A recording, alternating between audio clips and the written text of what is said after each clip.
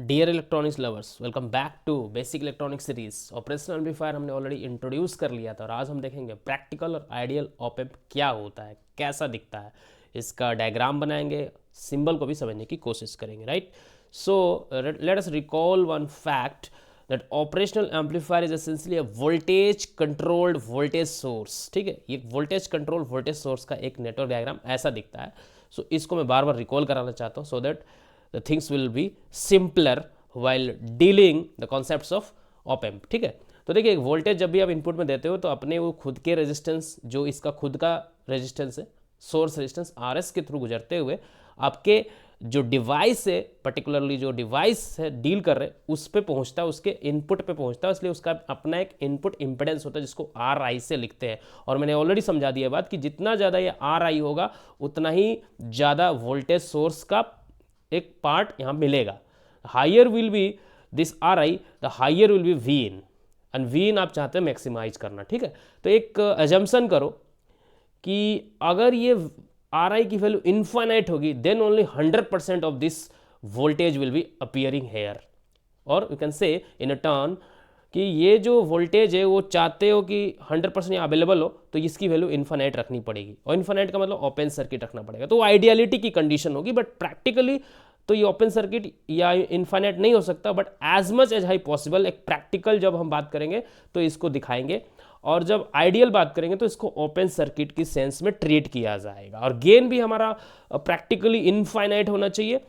ठीक है, और आइडियली ऐसा हो नहीं सकता। और ये है R0, यानी कि इसकी वैल्यू जितना लिटिल हो उतना अच्छा हो, ताकि मेरा यहाँ कुछ वोल्टेज, ये वाला जो वोल्टेज आपका amplified version of the voltage है, amplified version of the input है, ये आपका यहाँ पे बिल्कुल खर्च ना हो। ठीक है, ड्रॉप ना हो, कंज्यूम ना हो, और ज़्यादा से ज़्यादा RL पे जाके मिले, तो ये आपको मिनिमाइज करना चाहोगे। सो ये ऑलरेडी हमने समझा हुआ, that's I am going so fast. You want this RI as high as possible, you want this R0 as little as possible, because these two things are part of your device, that is VCVS, voltage control voltage source का एक part है ये। और हमारा op amp क्या है, एक VCVS ही है, हमारा op amp भी एक VCVS ही होता है। राइट, तो ये RI as little as possible हो, R0 सॉरी उल्टा बोल दिया मैंने, सॉरी फॉर दैट। RI मेरा एज मच एज पॉसिबल हो, R0 मेरा एज लिटिल एज पॉसिबल हो, और यही मेरा प्रैक्टिकल और आइडियल op amp का एक डिफरेंस बनाएगा। तो let me tell you the practical op amp जो होता है, प्रैक्टिकल ऑप एम्प। ठीक है, अब कुछ भी नहीं समझने में, सारी बात यहीं पे समझ में आनी थी। क्यों RI मेरा बहुत ज़्यादा होना चाहिए, क्यों मेरा R0 बहुत कम होना चाहिए, वो रीजन ही समझना बहुत मेन बात था यहाँ का। तो प्रैक्टिकल ऑप एम्प जो होता है उसका जो इनपुट इम्पिडेंस है, इनपुट इम्पिडेंस जिसको हम बोलते हैं RI, शुड भी क्या होना चाहिए, वेरी हाई होना चाहिए।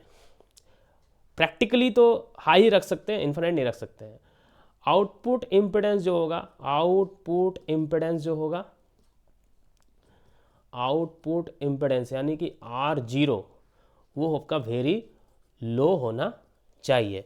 अब देखिए मैं एक डायग्राम बनाने जा रहा हूँ, हमने ऑप एम्प का डायग्राम ऑलरेडी समझा हुआ है। एक ट्राइंगुलर फॉर्मेट में डायग्राम होता है। ठीक, ये ट्राइंगुलर फॉर्मेट में आपका ये डायग्राम हमने देखा था। दो इनपुट आपके होते हैं, दो इनपुट होते हैं, इन्हीं के बीच में आप क्या देते हो, अपना इनपुट देते हो इस। ठीक है, तो आपका जो इनपुट इम्पिडेंस जो ये दिखा रहा हूँ मैं, उसको यहाँ पे कैसे दिखाएंगे। ऑब्वियसली इसी के अक्रॉस आपका इनपुट अवेलेबल होने वाला है, तो यहाँ पे आपका RI को दिखाया जाता है। See this is RI। ठीक है, ये RI है आपका।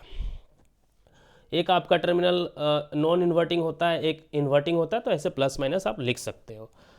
और क्या होता है आपका जो ये आउटपुट है, ऑब्वियसली इनके बीच में कोई है ना कनेक्शन नहीं दिखाया, तो वहाँ पे बिना कनेक्शन देते हुए आपका ये जो आउटपुट वोल्टेज है, यानी कि यहाँ ये आपका डिपेंडेंट वोल्टेज सोर्स की तरह काम करता है।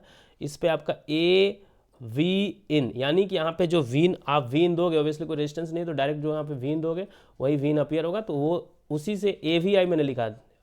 I hope it is clear. ठीक है, इसके अंदर में जो मैंने लिखा है वो लिखा है A × VI। ठीक है, जस्ट लाइक दिस वन, वही मैंने यहाँ पे ड्रॉ किया, और वही चीज़ आपका यहाँ से निकलने वाला है।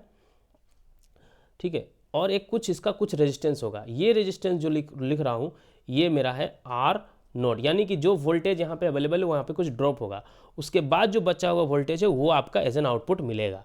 और इसका दूसरा एंड मेरा क्या है, एक तरह से देखा जाए तो ग्राउंडेड है ना, एक तरह से ये सब ग्राउंडेड है, ये सब ग्राउंड है, ये सब in a kind sense it is grounded. तो यहाँ पे ड्रॉ करते समय मैं इसको यहाँ से करके ग्राउंड दिखाऊंगा, ठीक है। If you want it more clear picture then I will draw a bigger picture for you and show the same thing। यहाँ पे प्लस और यहाँ पे माइनस टर्मिनल होगा, प्लस और माइनस टर्मिनल के बीच में जो रेजिस्टेंस काम कर रहा है इसी के अक्रॉस आपका ये जो वी इन आप दोगे ऑब्वियसली जो यहाँ पे अवेलेबल होगा, और उसको आपको आर इनपुट इम्पिडेंस कहा जाता है, ठीक है।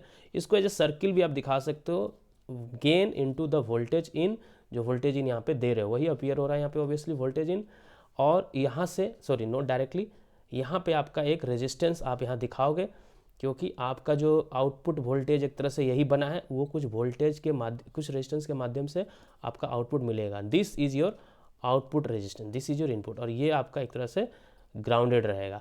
सो this diagram is kind of practical significance of दिखाने की कोशिश कर रहा, प्रैक्टिकल, ठीक है। This is practical op amp diagram. तो ये आपका प्रैक्टिकल ऑप एम्प है। Try to understand this practical op amp. Now अगर मैं आइडियल ऑप एम्प की बात करूं, if I talk about ideal op amp, ideal op amp क्या होगा, जो मैंने यहाँ बताया है आर इनपुट इम्पिडेंस, वो वेरी आई की जगह क्या हो जाएगा और वेरी लो की जगह क्या हो जाएगा। Obviously your R I will become, your R I will tend to infinity and your R output will tend to zero. So यही वाला जो डायग्राम है इसी में मैं अब समझाने की कोशिश पहले कर दूं कि ये अगर ये जीरो हो जाए, यानी sorry this becomes infinity, are आई आपका इन्फिनिटी होना है और आर नोट आपका जीरो है, यानी ये कि ओपन सर्किट हो जाएगा। This will become your open circuit and this will become your short circuit, simply because R I tends to infinity and R zero tends to zero. So zero मतलब short circuit.